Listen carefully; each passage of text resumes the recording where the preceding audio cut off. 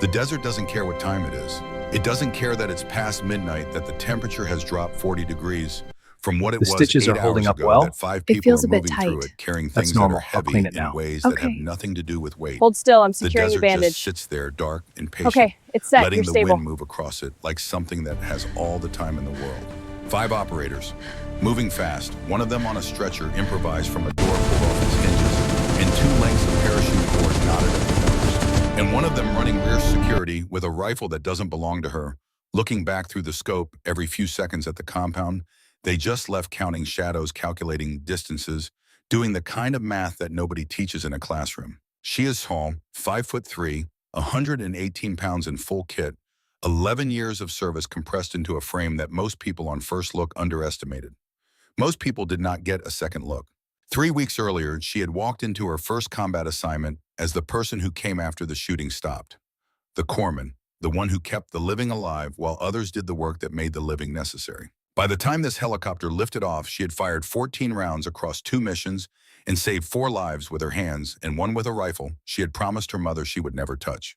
The number she could not stop thinking about was different from all of those. It was 13. The number of years she had kept that promise. The number of years that promise had cost her things she could only now begin to name, now that the cost had finally become visible in the way that costs only became visible when you paid them. This is the part nobody filed a report about. Naval Medical Center San Diego sits on a hill above the harbor, like it has been watching over the water for a long time, which it has. The buildings are the color of old government, not quite white, not quite gray, something in between that suggests permanence without making promises. On a Monday morning in early March 2025, the waiting room on the 2nd floor of the main facility held 43 veterans. 42 men, 1 woman. She sat in the 3rd row from the door, spine straight, hands flat on her thighs, blue eyes tracking every person who moved through that room with the kind of attention that looks like nothing at all if you don't know what you're looking for. Petty Officer First Class Maya Dana Reeves, hospital corpsman, 29 years old, assigned as of 14 days ago to SEAL Team 3 Naval Amphibious Base Coronado. She had been avoiding this appointment for 3 years. Not the same appointment, different ones cycling through with different dates and different scheduling windows, but all leading to the same destination. A room with fluorescent lights and someone with a stethoscope who would eventually say those words. I need you to remove your shirt.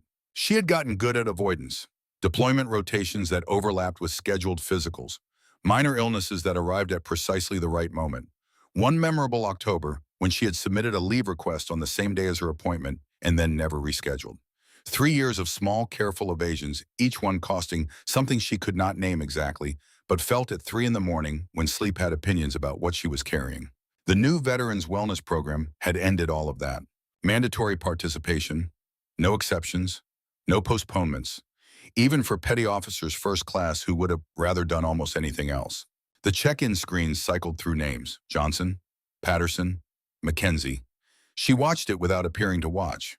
The Marine 3 rows ahead was favoring his left knee, the compensation automatic in the way that compensations became automatic when they had been made long enough. The sailor by the window was working too hard to hold his newspaper steady. The soldier near the door sat with his back to the wall and a clear sight line to both exits. She recognized the patterns because she shared them. Barrett-esque. Her name had been Barrett until she was 22 and got tired of the explaining. Her legal name was Reeves. Most of her records still had the old one filed somewhere in the system, the bureaucratic artifact of the years before she had made the formal change. She rose without hesitation and walked down the corridor to room 3B.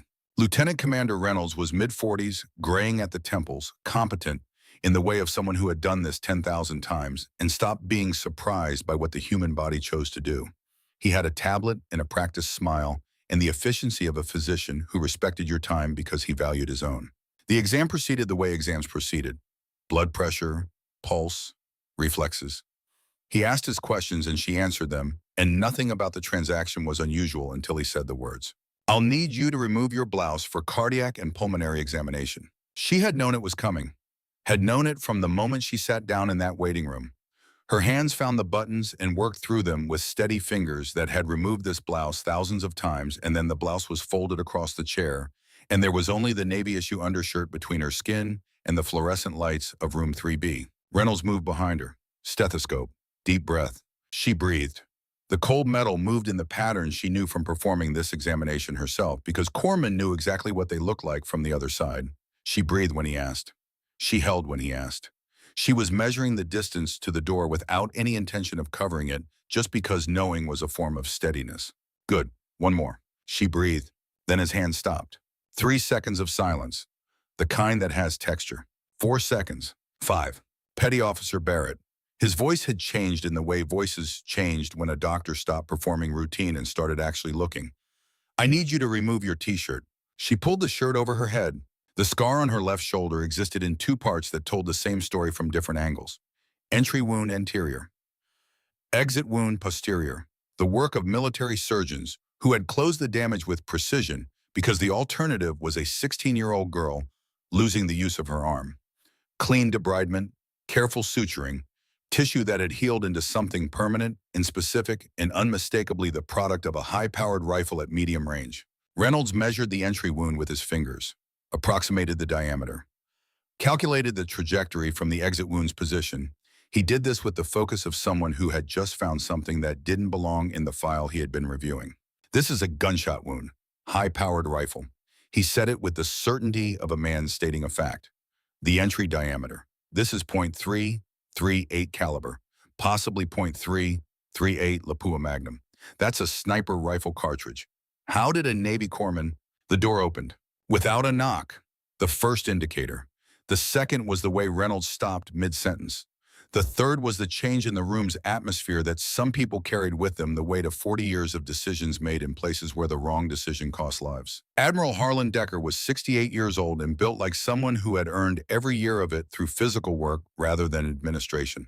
6'2", silver hair cut high and tight, eyes that had made hard decisions in dark places and found a way to live with the results. He was conducting his quarterly review of the Veterans Wellness Program. Shaking hands, thanking staff, being the visible face of an institution's commitment to those who had served it. He glanced at Reynolds, glanced at Maya. His eyes found the scar. And then Admiral Harlan Decker went completely still. Maya had seen men go still before. She knew the difference between the stillness of surprise and the stillness of recognition. This was recognition, a man who had just seen something he already knew. Hollis taught you that himself, didn't he? Not a question. The name Hollis Reeves had not appeared anywhere in the paperwork Reynolds had been reviewing. Her records still carried the old surname in some databases. She had never said her father's name. Reynolds had never asked. Decker had not needed to ask. He had read the file of Gunnery Sergeant Hollis Reeves' 2nd Battalion 5th Marine Scout Sniper Platoon enough times over 13 years that the medical records had become architecture in his memory. Left shoulder, .338 Lapua Magnum. Same entry angle, same surgical repair. The scar tissue left the same signature on flesh when the same weapon struck the same location at the same range. She was looking at him and he was looking at the scar, and they were both standing inside something that had been moving toward this room for 13 years without either of them knowing the destination. Reynolds left when Decker asked. He recognized the difference between a request and an order, even when both used polite language. Maya stood in the fluorescent light with her shirt in her hands and waited. He told her about her father the way you talked about someone whose absence had become its own presence. Not in chronological order, not the way a file got written. The way you talked about someone when their memory had been living in you so long, it came out in pieces in the details that time could not dissolve. Hollis Reeves had been a terrible storyteller. His jokes landed wrong and he knew it and kept telling them anyway, which was somehow more endearing than if he had been good at it. He drank his coffee black because he said anything else was a waste of time. His call sign had been Shepherd because his spotter once said watching him work was like watching a man guide something complicated from a long distance towards somewhere safe. The name stuck the way names stuck when they were exactly right. He had started teaching Maya to shoot when she was 12 years old. Decker was careful with this, not because Hollis wanted to make her a weapon. He taught her because he wanted her to understand what he did. Because there was a space between him and his family that his work had created a distance that was partly operational security and partly the way combat experience made certain things unspeakable. And he had decided to close that distance the only way he knew how, by putting the mechanics of it in her hands and letting her feel what it was. She had been 16 when the rifle malfunctioned. The fragment that tore through her shoulder had come within inches of ending the use of her arm entirely. 6 months of physical therapy. Her father sitting with her through every session, saying almost nothing, because guilt had made him quiet in the way guilt made people quiet when they believed the damage was their fault. She had promised her mother during those 6 months with the conviction that only a 16-year-old who had just understood for the first time that the people she loved were not indestructible could produce. Never again. She would never touch a gun again. Hollis Reeves had died 4 months later. Helmand Province, October 2012. She had kept the promise because keeping it was how she kept him. Because the alternative was sitting with the weight of what guns had done to her family, and she had decided at 16 that she would not sit with that weight. 11 years, 3 deployments, keeping the other promise, the one about healing rather than harming. Decker told her the things she had not been told at the funeral. The thing that had sat in him for 13 years waiting for the moment when she was old enough to carry it. Hollis had known, not guessed, not suspected, known. An intelligence advisory had been issued 48 hours before the mission. Elevated threat assessment, indicators of route compromise. The advisory had gone up the chain and come back down with the answer that advisories sometimes came back with when the mission objective had political weight that the advisory did not. They were going. Hollis Reeves had read the advisory, had sat with it for a night, had done his pre-mission checks the next morning with the same attention he brought to everything, and had gone. Maya's jaw was tight. She could feel it. He didn't walk into that ambush blind. Decker's voice was careful with what it was carrying. He walked in knowing exactly what he was walking into. Not because he didn't care, because his Marines were already in position, because the patrol was already moving, because the moment his rifle wasn't on that ridgeline, the people he was responsible for were exposed, and Hollis Reeves had decided consciously without ambiguity that his job was to be there regardless of what being there cost him. His last radio transmission was 4 words. 4 words that had played in Decker's memory for 13 years the way final things did. Marines are clear, out. Maya looked at the scar in the mirror on the wall opposite her. Entry wound, exit wound. The day the training session ended the way it ended. The day she made the promise. She looked at it for a long time. Then she put her shirt back on. SEAL Team 3's compound at Naval Amphibious Base Coronado had been built for function so completely that function had become its own aesthetic. Concrete barriers, chain link fencing weathered by salt air into something that had stopped trying to look maintained and had settled into simply being durable. The Pacific Ocean was visible from certain angles. On clear days, the water stretched west until it became indistinguishable from the sky. BUD/S students trained on the beach in the early mornings, moving through water and sand in the way of people learning that discomfort was not the same as failure. Maya had been assigned here for 14 days, long enough to learn the layout, short enough to still feel like someone waiting for permission to belong. Tuesday, 800. The briefing room smelled like coffee and gun oil, and the close quarters presence of men who considered 5-mile runs a warm-up. 12 operators filled the chairs with the ease of people comfortable in their own competence. They turned when she entered. Commander Beckett Tanner stood at the front, 44 years old, former enlisted who had earned his commission through the combination of ability and stubbornness that the Navy occasionally rewarded. His face had the texture of someone who had spent 22 years making decisions outdoors in difficult weather, and his eyes cataloged everything without announcing the process. He introduced her efficiently. 11 years, 3 deployments, combat medicine certified. The facts a file contained when someone had spent a decade being professionally competent. Chief Warrant Officer Slade Morrow spoke first.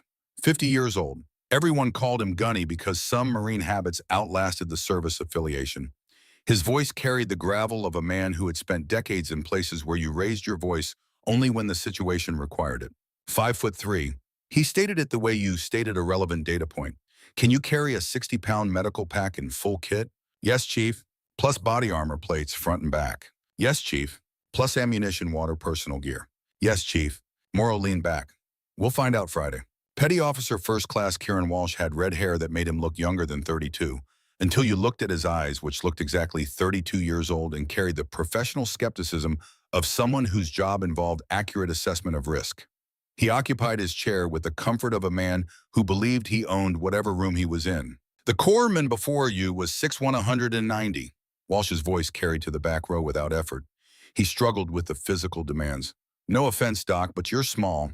Maya looked at him steadily. I'm aware. I'll manage. We're not carrying you if you fall behind. Understood. Senior Chief Petty Officer Victor Nash sat 2 seats down from Walsh and had said nothing. He was 48 and built with the economy of someone who had spent decades removing everything non-essential from the way he occupied space. They called him Stone because emotion did not show on his face unless he chose to show it, which was rarely. He watched Maya with eyes that seemed to be calculating something she could not identify. Not threat assessment, something quieter than that. The briefing continued. Mission schedule, physical standards, the expectations of a unit where average performance was a liability. When the team filed out, Nash paused at the door, turned back. Barrett. He used the name from her record, same as the others. Reeves. She caught herself. The old habit. My name is Reeves. He looked at her for a moment. Welcome to the team. Don't let Walsh get in your head. He tests everyone. He left. And Maya had the distinct impression that the evaluation Nash had just conducted was different from Walsh's and had not reached the same uncertain conclusion. Friday arrived with a sky the color of pale copper and heat building toward 95. 12-mile ruck march. Desert terrain east of the base. 60-pound pack minimum. Full kit. Maya adjusted her pack at the staging area and ran through her mental inventory. Medical supplies organized by sequence of likely need. Tourniquets accessible without looking.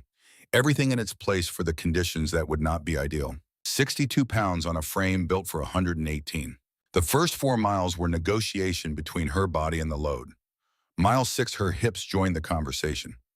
By mile 8, every step required the specific application of will to biology that separated people who finished from people who didn't. She had made worse negotiations. In corpsman school, carrying 200-pound dummies through obstacle courses in the dark.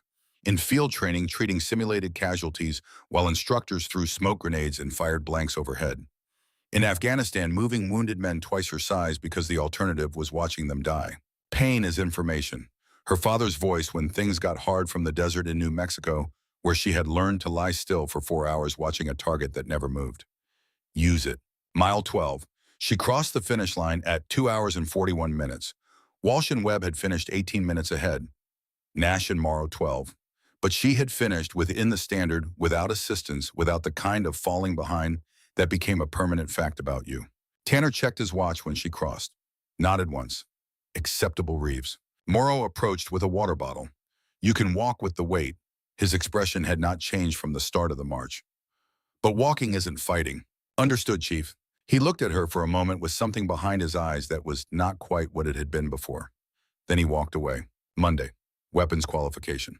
The range sat inland from the base where the Pacific wind did not reach. The smell of hot brass and cordite. The contained sound of controlled fire. Maya qualified with the M9 pistol. Her military occupational specialty authorized a sidearm and nothing more. 40 rounds. 40 hits. Expert marksmanship rating.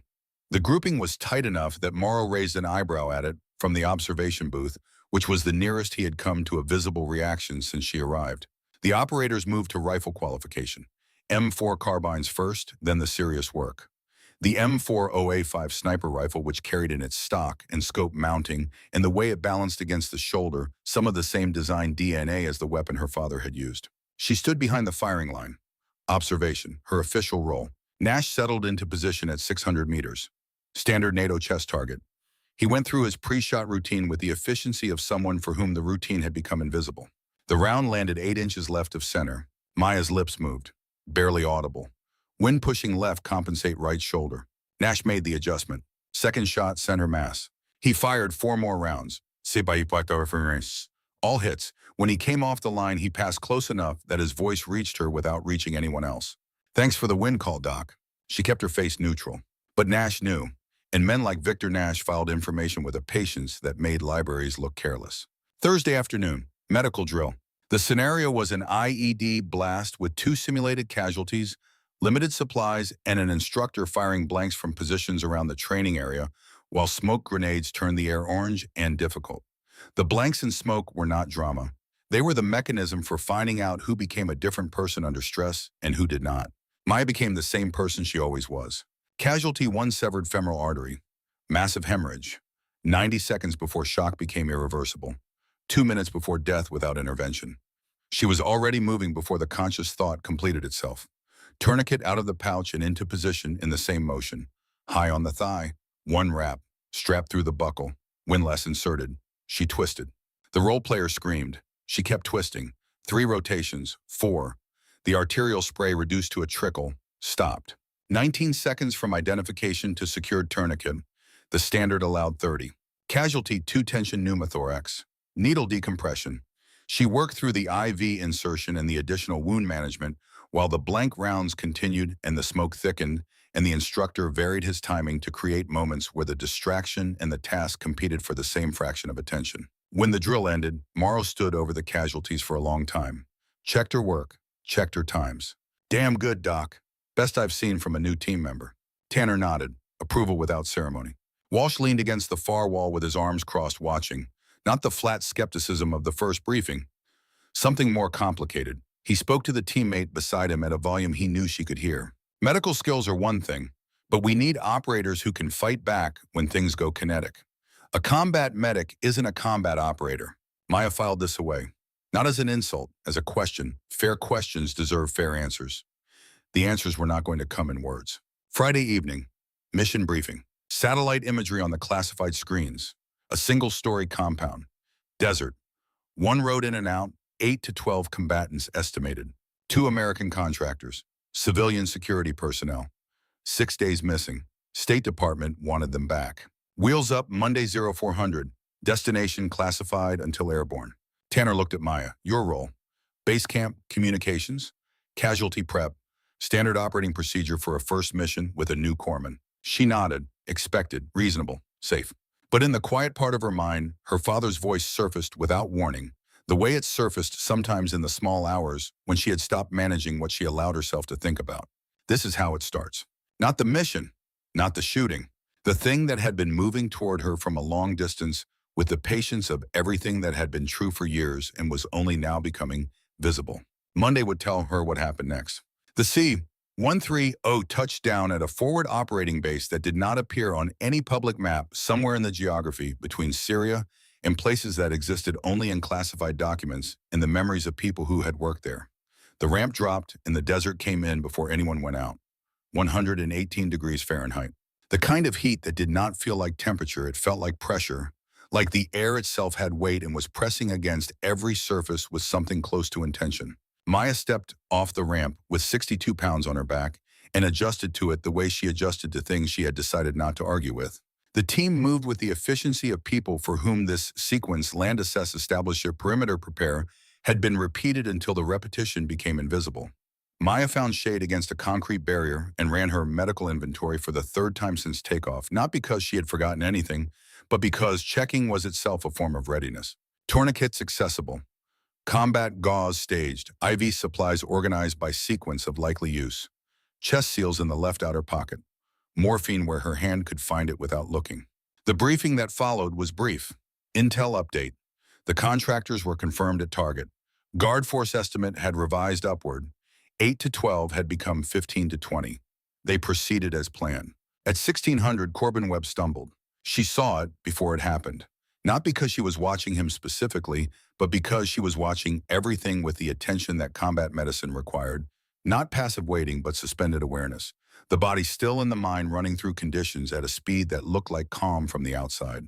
Webb was 24 and solid, but for the past 40 minutes, the heat had been writing something in his body that she had been reading. The flush deepening past the color that effort produced. The sweat pattern changing. The slight deterioration in the coordination of his movements that someone not paying attention would have read as fatigue. He had stopped sweating. That was the marker, the body's cooling system shutting down because it had exhausted its resources to run at core temperature, climbing toward numbers that caused irreversible damage. Webb, sit down now. The authority in her voice surprised him. He sat. She had the thermometer out before his weight settled. Pulse at 130, radial pulse weak, skin hot and dry, classic late-stage heat stroke, not heat exhaustion, which people survived without intervention. The real thing, the kind that killed you if the person standing next to you did not know what they were looking at. Chief Morrow. Morrow jogged over. The expression on his face as he assessed Webb moved through several stages in 2 seconds, ending at something that looked like recognition. Heat stroke. Maya was already drawing IV supplies. Core temperature is probably at 105 or higher. We have a narrow window before he seizes. Morrow looked at Webb, at Maya. You sure he was fine 10 minutes ago? He stopped sweating. That's late stage. She inserted the IV with the efficiency of someone who had performed this procedure in worse conditions. We have maybe 10 minutes. She soaked towels with water from the cooler. Neck, axilla, groin. The high flow areas where the blood ran close to the surface and cooling had the most leverage. Walsh appeared with more water, and whatever skepticism he had been carrying made room temporarily for something more practical. What do you need? Keep those towels wet. Change them every 2 minutes. Running the saline wide open. Too fast is its own problem, but right now, speed matters more. Tanner arrived. Maya gave him the status without looking up from what her hands were doing. She recommended delaying departure by 45 minutes. Webb needed to stay at base camp. Moving him now in this condition across desert terrain was a calculation she was not willing to make. Tanner looked at Webb, at the IV running clear, at the color already beginning to return to Webb's face as the fluid volume addressed what the heat had taken. 45 minutes, Webb stays, you stay with him. No one argued. They had all seen heat casualties before. 30 minutes later, Webb was sitting upright, drinking on his own. The flush had receded to something normal. How did you know? His voice was steady again? I barely felt off. Training. She checked his vitals one final time. The signs were there before you felt them. That's the point. Morrow crouched beside them. He was quiet for a moment, the quietness of someone revising something fundamental without announcing the revision. Then most docs miss it until they hit the ground. He walked away. The team moved out at 17:30. Maya watched them disappear into the desert. 7 operators moving like shadows. Her only connection to what happened out there was the radio and the specific quality of waiting that combat medicine required, which was not passive. It was readiness held in suspension. At 1900, Morrow's voice broke the silence.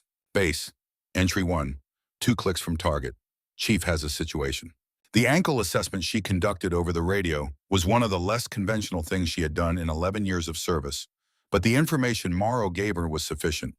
Push-off pain rather than landing pain. Swelling visible through the boot.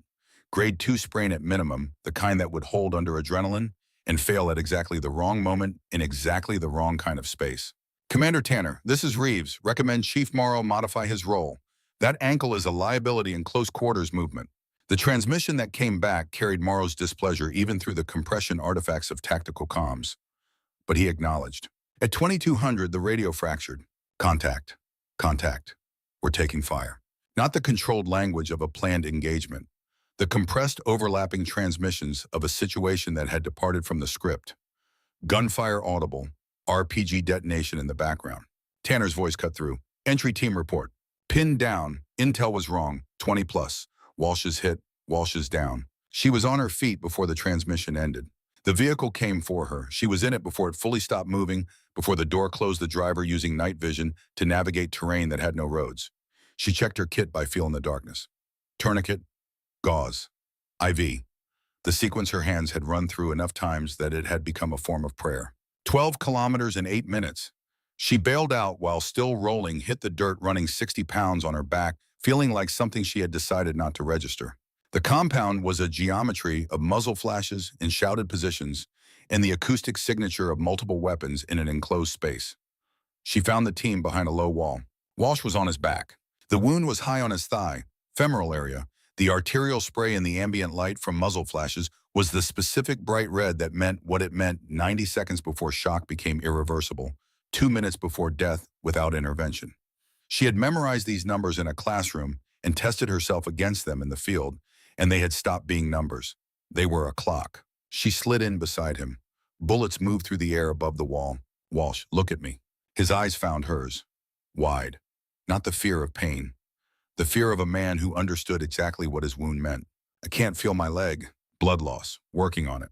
The tourniquet came out of the pouch and into position. High on the thigh above the wound, one wrap. Strapped through the friction buckle. Windlass inserted. She twisted. Walsh's jaw clamped. He made a sound that was controlled in the way operators controlled things. Discipline applied to an involuntary response. She kept twisting. Third rotation. Fourth. The arterial spray slowed, stopped. She secured the windlass, checked the wound, no active bleeding, distal pulse absent, correct. The tourniquet had done its job. 19 seconds. You're stable. Starting an IV, the fluids would maintain his pressure until a surgeon could repair the artery. Right now, stable was the achievable objective. Then Tanner dropped beside her. We need to move. They're flanking. She assessed Walsh's transportability. He can't walk. We carry him. The next burst of fire came from a different direction. A rooftop. She ran the geometry in her head without meaning to the specific spatial calculation that happened below the level of conscious thought when you had been trained to read tactical situations. The barrel orientation pointed at Beckett Tanner. Tanner was focused on Walsh. He had not run the calculation. He had not seen it. Nash's position was on the opposite side of the compound. She knew from the radio traffic. She did not know his sight lines from there. She knew there was a building on the north face that created a coverage gap. She knew the man on the rooftop was 4 to 5 seconds from taking a shot that Tanner would not survive. Walsh's M4 lay 3 feet away where it had landed when he fell. She looked at it. 3 seconds. Not hesitation. The moment of understanding what a decision was before you made it. 11 years of a kept promise on one side of a scale. On the other side, arithmetic that was not complicated. She heard her father's voice, not as memory, as presence. Patient and specific, the same voice that had been in her ear on desert ranges when she was 12 years old. She picked up the rifle. Her hands knew what to do before she told them. The muscle memory of 4 years of training had not dissolved in 11 years of not being used. It had waited. Her right hand found the grip, her left the forend. The stock came to her shoulder and settled into the pocket with the rightness of something that fit. Chamber check. Round confirmed. Safety off. She found the rooftop through the ASOG scope. The shooter was there, dark figure against lighter sky, the crouch of someone who had taken this position deliberately. Rifle barrel visible. The angle confirmed what the geometry had told her. Breath in, hold, exhale slow. She timed the shot to the pause between heartbeats, the fraction of a second, when the body was as still as a body could be, and squeezed the trigger the way her father had taught her. Not pulled. Squeezed. The distinction mattered because it was the difference between the shot going where she intended and the shot going where the movement of pulling sent it. The rifle bucked against her shoulder. 280 meters away, the shooter on the rooftop fell backward and did not come back up. Tanner turned. His eyes moved to the rooftop first, then to Maya, then to the rifle in her hands.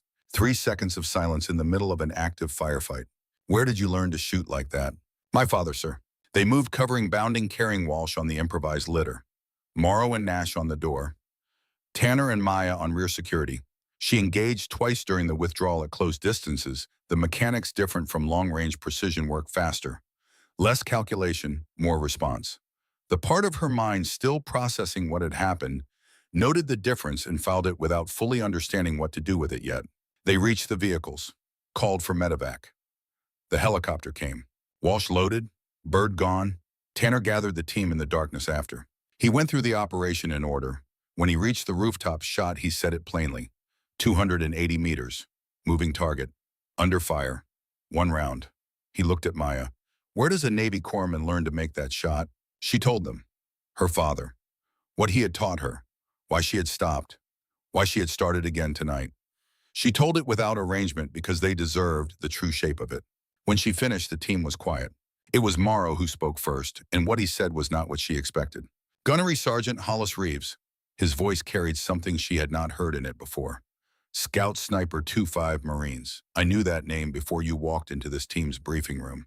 He said nothing more. But the way he said the name was the way men said the names of people they considered worth the saying. After, when the team had dispersed to clean gear and write reports, Nash pulled her aside. That sniper on the rooftop. The technique he was using. He met her eyes steadily. The exhale, hold, pause. Not cardiac rhythm. I had him in my scope for 4 seconds before you fired. I have seen that technique documented in one file. One classified file. Your father's training record, the formal documentation of his methodology compiled after his death for institutional preservation. Maya held this. Someone accessed that record and put its contents into the hands of people who were using it against American forces.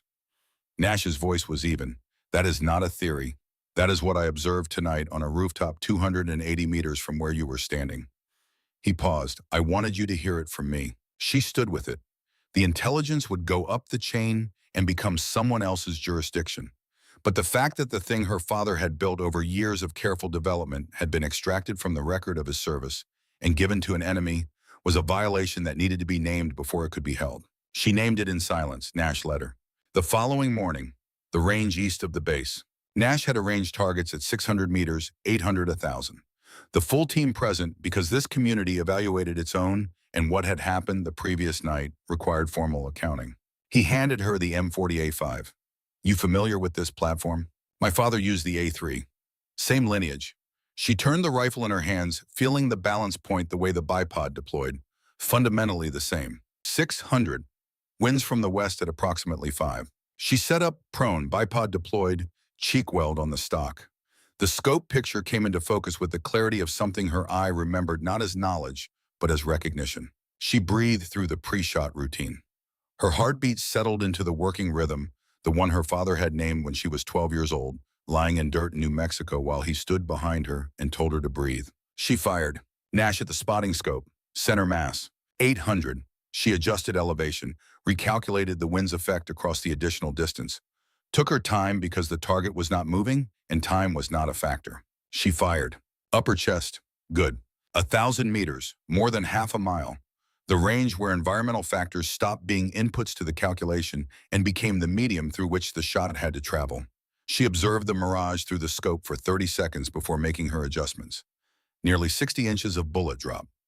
Major elevation correction. She found the still point, the pause between heartbeats where everything stopped long enough for something precise to happen. Her father had called it the only real silence a person ever had. She fired. 2 seconds of flight. Nash said nothing for 5 seconds. Dead center. Morrow made a sound that was not quite a word. Walsh had gone quiet in a way he had not been quiet before. Tanner stepped forward. Reeves, he had settled into the right name. What is your maximum effective range? What is the farthest you have successfully engaged a target? In training. With my father spotting, she kept her voice level. 1,200 meters, multiple times, consistently. The silence that followed was professionals recalibrating their understanding of a situation. Nash said 1,200 is beyond most military snipers in field conditions. That's not a criticism. That's the reality of what that range requires. He looked at Tanner. What we're looking at needs to be formally integrated, not accommodated. Integrated. Tanner looked at the team. At Maya, at the target a kilometer away with a hole in its exact center. He processed the way commanders process not just what was in front of him, but what it meant for the next decision and the one after that. He made his decision. It was visible in the way he spoke afterward, in the way the briefing for the second mission allocated resources. Maya's role was different. The second mission came down 72 hours after the first. Thomas Whitfield, freelance journalist, American, confirmed alive as of 12 hours before launch, which was the window that mattered, because the intelligence also indicated that window was closing. The compound sat in a valley near the Turkish border. Civilian population nearby, rules of engagement correspondingly restrictive. 25 to 30 hostiles confirmed higher than initial assessment, which had begun to feel like a pattern. Maya was on the entry team. Full medical load, M4 carbine, body armor, night vision. The weight of someone who was no longer on the periphery, but at the center in both the medical capacity she had held for 11 years and the other capacity that had been present all along and was only now formally acknowledged. The approach took 40 minutes of careful movement through pre-dawn darkness. Nash was on the ridgeline. The entry team stacked at the breach point. The charge detonated. They flowed through. First room empty. Second room, 2 hostiles neutralized before they could respond. Third room, Whitfield, tied to a chair, face carrying the specific damage that captivity inflicted. Alive, conscious. His eyes, when he saw American uniforms, did what eyes did in that moment. Maya cut his restraints and ran her assessment. Broken ribs probable, facial trauma, dehydrated, malnourished, ambulatory with support. Can you walk? He said he thought so. Then the RPG came through the east window. The blast wave was physics. It did not discriminate. It found Maya and put her into the wall with a force that created a brief discontinuity in her awareness, a fraction of a second where before and after were not clearly connected. She ran her internal checklist in the 3 seconds after she hit the floor. Arms, legs, major bleeding, functional, combat effective. Webb was not. Shrapnel across his left thigh and hip. One wound high on the femoral area, bright red arterial. The third time, she was moving before the recognition fully formed. This time her hands did not require instruction. The technique had stopped needing conscious direction somewhere between the drill yard at Coronado and the wall in the dark outside the first compound. The movement simply occurred fast now, faster than before, the way that true repetition worked when it had been tested under pressure. High on the thigh, windlass turning, the bright red reducing to a trickle, and then to nothing. 16 seconds, 4 fewer than the first time. She noted it and moved forward. The machine gun opened from the north building, 380 meters. Belt fed, the sustained pattern of something designed to suppress an area. It was doing its job. Nash over the radio, I don't have angle. Building is blocking my line of sight. She was at the window before the transmission finished. The north building, the rooftop. Two men, one firing, one feeding, 380 meters in early morning light. Tanner, I have angle on the gun crew. He looked at her. At Webb stabilized on the floor, at the gun preventing them from extracting their casualties and their journalist. Take the shot. She set up at the window frame. M4, a COG. Wind assessment light from the northwest variable. She found the gunner, timed the shot to her respiratory pause. Fired. The gunner fell. A second man took his place immediately. Trained, prepared for this, more cautious, using the gun shield for partial cover. She tracked him, led the movement, fired. The round sparked off the mount. She noted the miss, tracked the adjustment. The shooter made a lateral shift of about 8 inches and fired again. The second gunner went down. The gun fell silent. Outstanding. Nash over the radio. Exfil now. They moved. Whitfield supported between Tanner and Morrow. Webb on the improvised litter. Nash directing them away from the contact and toward the LZ. But his voice had a quality she noticed even through tactical compression. Strained, different from before. The LZ was 400 meters from the compound across open ground, and behind them the enemy force was reorganizing. 8 men moving in tactical formation through the rubble, covering each other, converging on the direction the team had taken. She counted them. Then she counted the team, 2 non-ambulatory casualties, and 1 journalist who could barely walk. Nash's voice increasingly tight on the radio. The helicopter had a 10-minute response time. The math did not resolve in their favor without someone changing one of the variables. Commander, I'll establish a blocking position. 60 seconds. Then I follow. Tanner's refusal was immediate. She told him why it was necessary. The way she had told him about Webb's heat stroke. The way she had recommended Morrow's role change. Not asking, presenting the tactical reality and the calculations she had made from it. He hated it. She heard it. 60 seconds, Reeves. Then you run. That is an order. Yes, sir. She moved to a position 150 meters from the team. Good cover. Clear field of fire toward the compound. Prone, bipod, 2 extra magazines from Walsh's kit. The 8 men were at 180 meters, closing. She picked the point man, fired. 2 rounds, center mass. He dropped and the formation fragmented. Immediate dispersal to cover a return fire continuation of the mission through the disruption. She engaged the second hostile, hit, shifted position before the return fire could locate her. 15 seconds elapsed. The 6 remaining men executed a flanking movement. 3 left, 3 right. She engaged the left element, dropped 1, forced the others behind cover. Shifted again 20 meters right, lower profile. The enemy fire searched where she had been half a second before. She engaged the right element from the new position. Down, down. The 3rd retreated. 3 remaining, all in cover, cautious now, unwilling to move without better information about where she was. She heard the helicopter. Then she saw the RPG. One of the 3 remaining men was moving with the body language of someone carrying something heavy and tubular, working toward a position that would give him an angle on the approaching aircraft. 240 meters, moving. The shot required everything working simultaneously: range, lead, wind trigger, control, in the 2 seconds before the launcher found its angle. She breathed, found the still point. Her father's presence in her memory, not as instruction, but as accompaniment. She fired. The man with the RPG went down. The launcher hit the ground, unfired. She ran, 150 meters, full kit. The remaining 2 men fired at her. She heard the rounds. She moved the way she had been taught, unpredictably, using terrain never straight when a diagonal was possible. Morrow was at the helicopter door. She hit the ramp, and he grabbed her arm and pulled, and the bird was lifting before she was fully aboard, banking hard, climbing fast. She lay on the deck and breathed. Webb looked at her from his stretcher. Doc just held off 8 guys alone. 5. She corrected it between breaths. Engaged 5. 3 went to cover. Walsh shook his head. He was looking at her the way people looked at something they were in the process of fundamentally revising. She pushed herself upright and went to Nash. He was against the bulkhead, his right shoulder wrapped in field dressing.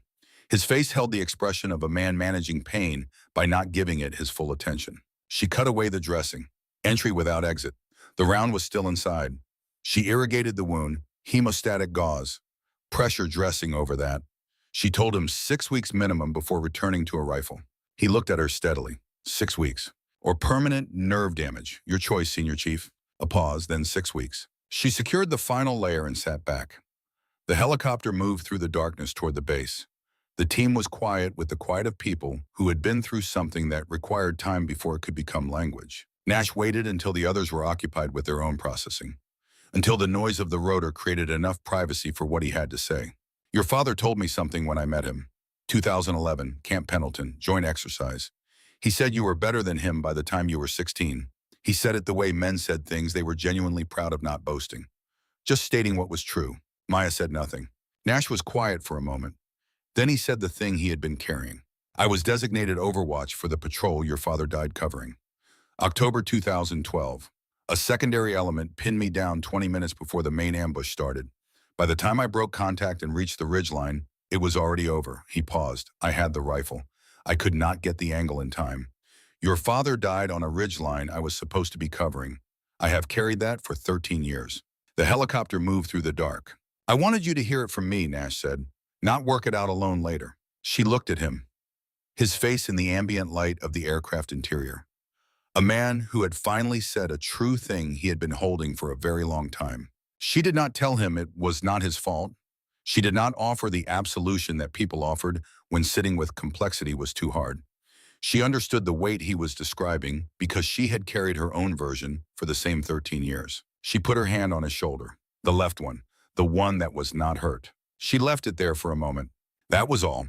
In the language that men like Victor Nash used, the language of small gestures and precise silences, it was enough. The surgical unit at the forward operating base operated with the economy of a facility designed to keep people alive long enough to get them somewhere better. Nash went in at 0300. Maya sat outside on a concrete step and listened to the desert do what the desert did at night, which was nothing. Just the wind moving across surfaces that did not resist it. Webb was inside stable. Walsh was cleaning and re-racking his equipment with the attention of a man processing a difficult day through physical routine. Tanner was writing because commanders always wrote after operations. Morrow sat on a barrier 30 meters away, not ignoring Maya, something more considered than that. Going quiet the way a man went quiet when he was revising something fundamental and needed the revision to settle before he spoke from it. She thought about the thing Nash had told her, about the file, about the technique on the rooftop that should not have existed in the hands of an enemy combatant. She thought about her father reading an intelligence advisory and going anyway. She thought about what 13 years looked like from the inside. She picked up her phone. Her mother answered on the fourth ring. The voice that came through was the voice of a woman who had been waiting for calls like this one for 11 years and had developed the calm of someone who understood that the only thing to do was answer them and find out what they contained. Is everything all right? Maya had run through versions of this conversation for years. Different versions for different scenarios. She had never found one that felt right because the thing she needed to say had never felt like something language could hold without breaking. She stopped looking for the right version and said the true one. Mom, I used what Dad taught me. Silence. 4 seconds. 5. A woman hearing something she had known was coming and needing the moment between the anticipation and the receipt of it. Did it work? The question was so simple and so direct and so completely her mother that Maya almost could not answer it. Yes, then he taught you right. 3 words. The compression of them was not coldness. It was the opposite, a woman who understood exactly what those words needed to carry and had chosen the container with the precision of someone who had been thinking about this moment for a very long time. Maya pressed the back of her hand to her mouth for a second, then moved it away. I broke the promise. Her mother was quiet for a moment that felt different from the first silence. Warmer, more considered. You made that promise when you were 16 years old and your father had just died, and I was not thinking clearly enough to tell you not to make it. I let a child promise something a child could not yet understand. That is mine to carry, not yours. The wind moved across the concrete. I kept it for 11 years. I know you did. I watched you keep it. I watched what it cost you sometimes. You thought I didn't see. Maya had not thought that exactly. She had thought her mother saw it and had decided not to name it, which was a different thing. People died tonight. She said it plainly because her mother deserved plainness. I kept them from dying. That is what it was. That is what your father did every time he deployed. Her mother said this without judgment. That is what he was doing when he died. She paused. I was angry at him for a long time. I am not anymore. He was not choosing the mission over us. He was choosing the people who needed him right then over everything else, including himself. That is a hard thing to love in someone. It does not stop being hard, but it is also why I loved him. It is the same reason I am proud of you right now, even though I am sitting here in the dark at midnight, terrified. Maya waited. There is something else. Her mother's voice shifted. I have been waiting to tell you this until it was the right time. She paused. Your father wrote you a letter before his last deployment. Not a farewell letter. He wrote it because he wanted you to understand something when you were old enough to understand it. I have been keeping it for 13 years. I think it is time. Maya sat with this. He wrote down everything he taught you. Her mother's voice was careful. He said the promise he helped you make, it was not about the gun. It was about knowing when the gun was not the answer and when it was the only one. He said he trusted you to know the difference. He said he had trusted you to know it since you were 14 years old, lying in that desert in New Mexico, and you asked him why he did not just shoot everyone who could be a threat, and he told you that is not what the rifle was for, and you understood immediately without needing him to explain it further. Maya sat in the cold desert dark with the phone against her ear and her father's presence so close it had texture. After the call ended, she remained on the concrete step for a long time, not processing, not reaching conclusions, just being present in what it felt like to have said the true thing and heard the true thing back and found that the weight of it was different now. Not lighter, more distributed, shared across more surfaces so that no single point bore it alone. The desert went from black to gray to copper as the sun arrived. When she went outside after the call, Nash was already there, not waiting in a way that announced itself, just present in the way that men who wanted to offer company without requiring conversation offered it. He was in the camp chair someone had produced from somewhere, his right arm in the sling, his left hand wrapped around something hot. Your mother. It was his way of asking, stating the thing he wanted to know, and letting her decide whether to answer. She said Hollis would have told you the same thing you told me, about the ridge line, about the situation controlling the outcome. She paused. She also said she does not blame you. She said to tell you that specifically. Nash was very still for a moment. She said he never blamed his men for what the situation did. Maya looked out at the darkness where the desert started beyond the perimeter lighting. She said that is what he told her after every deployment when something had gone wrong. He believed it. It was not something he said to make people feel better. Nash looked at the cup in his hand. The camp chair creaked as he shifted his weight. 13 years is a long time to carry one thing. It is. He was quiet for another moment. When he spoke again, his voice had something in it that had not been there before. Your father could tell the difference between the shot you took and the shot you chose not to take. He always knew which one he was making. He looked at her. So do you. She sat beside him in the cold desert dark, and they finished their drinks in the silence of two people who had found enough in common to be comfortable without filling the space. Harlan Decker flew in on the third day. He arrived with the economy of a man who did not travel unless the travel was necessary. He had read the after-action reports. He understood what had happened across both missions. He was there because some things required physical presence to be done correctly. The team assembled in the briefing room at 10:00. Not full dress. Decker was not interested in ceremony for its own sake. He stood at the front with a folder in the manner of someone who had something specific to communicate and intended to communicate it without unnecessary accompaniment. He went through the operations in order: the contractor rescue, the Whitfield extraction, the specific actions taken, the lives preserved. He was precise and factual because precision and facts were how this community understood respect. When he reached Maya's actions, the medical interventions, the engagements, the blocking position, he did not editorialize. He stated what had occurred and let the room understand what it meant.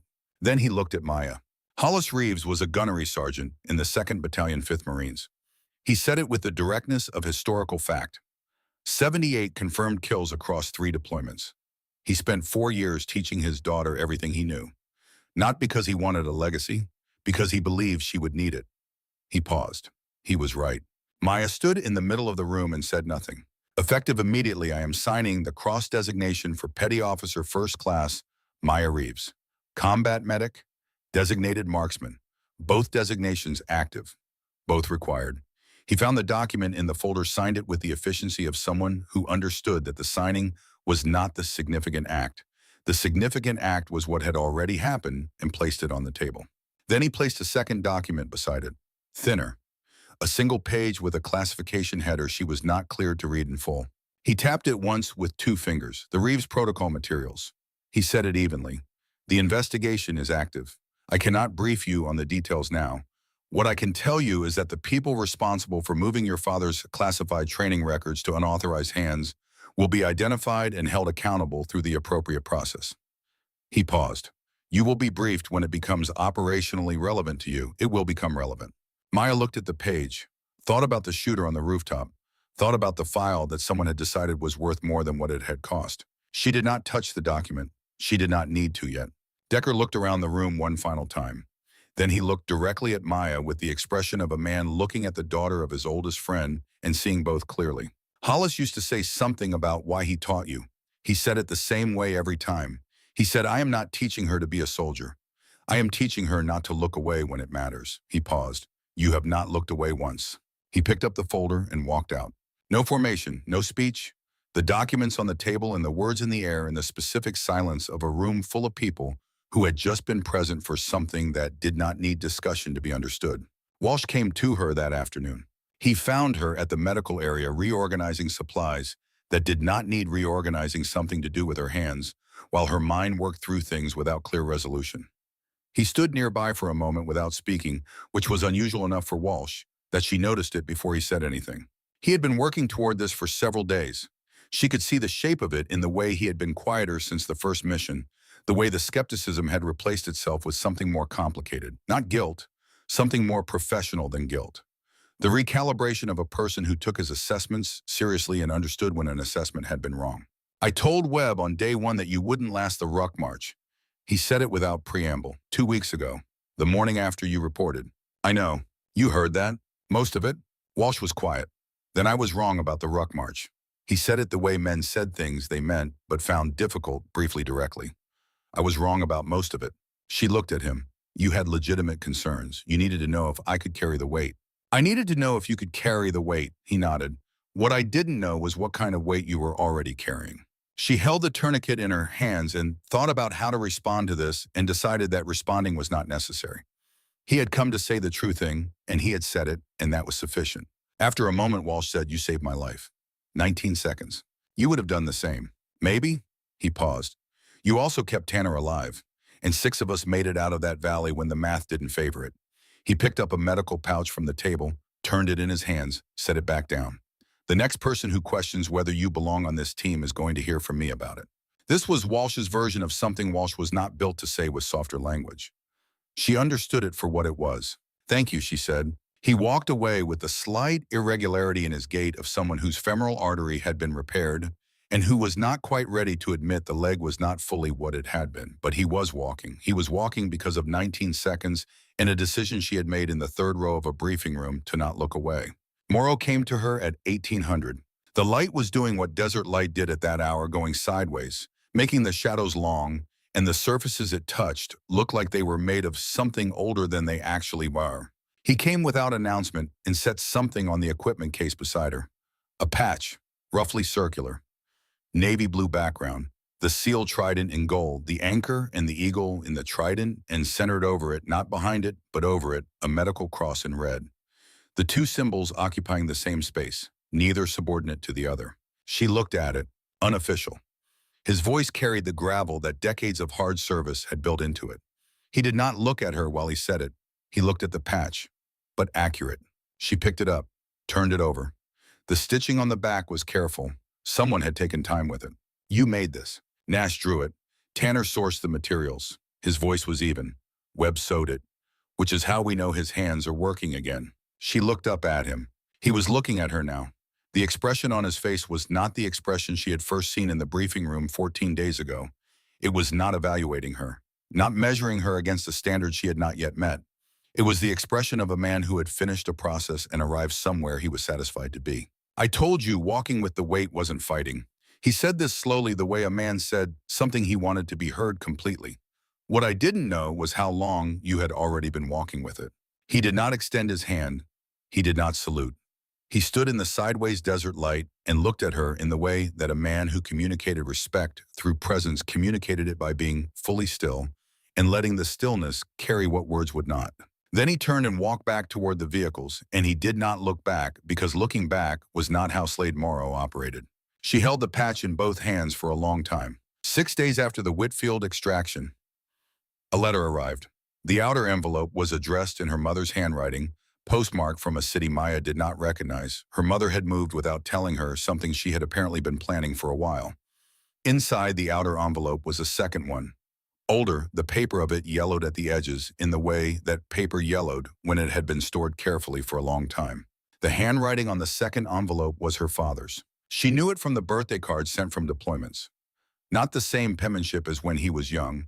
The cold did things to the hands over time, changed how the pen moved across the paper, made the letters slightly different from what they had been at 22. But recognizable, specific, his. She sat with the envelope for a long time before she opened it. The letter was 4 pages. Not dated, but she understood from the context when it had been written before the final deployment, in the window between the intelligence advisory and the morning he had done his pre-mission checks and gone. He had written it knowing what he knew. He had written it not as a farewell, but as a continuation, the way a teacher left a lesson for a student who would reach it after the teacher was gone. He wrote down everything he had taught her. Not the technical elements, those were in the classified records that someone had seen fit to extract and distribute without authorization, and the process of holding people accountable for that was now moving through channels that would take time but would not stop. He wrote the things that could not be extracted and distributed, the understanding that lived underneath the technique. He wrote about the still point, not as a concept, but as a physical fact, the way he had experienced it and the way he had watched her find it when she was 13 years old, and he had understood in that moment that she had the thing that could not be taught, only recognized. He wrote about the promise. He wrote that he understood why her mother had asked for it and why Maya had made it, and he was not asking her to break it. He wrote that the promise was correct in the way he had intended it, and it would be correct in the way it would eventually need to be broken, and those two things were not in contradiction. He wrote, "The gun is the last answer, not the first one. Learn every answer before it. When you have learned them all and exhausted them all, and the last one is the only one remaining, do not hesitate. Hesitation is just the fear that choosing makes you the kind of person who chooses. You are. You have always been. That is not a flaw. That is the whole point." He wrote, "I am not afraid of the mission. I am afraid that I am leaving before I have finished teaching you. But I think I have given you enough. I think you will find the rest of it yourself. I think you will find it at exactly the right moment. I trust that." She read the letter once. She did not read it again immediately.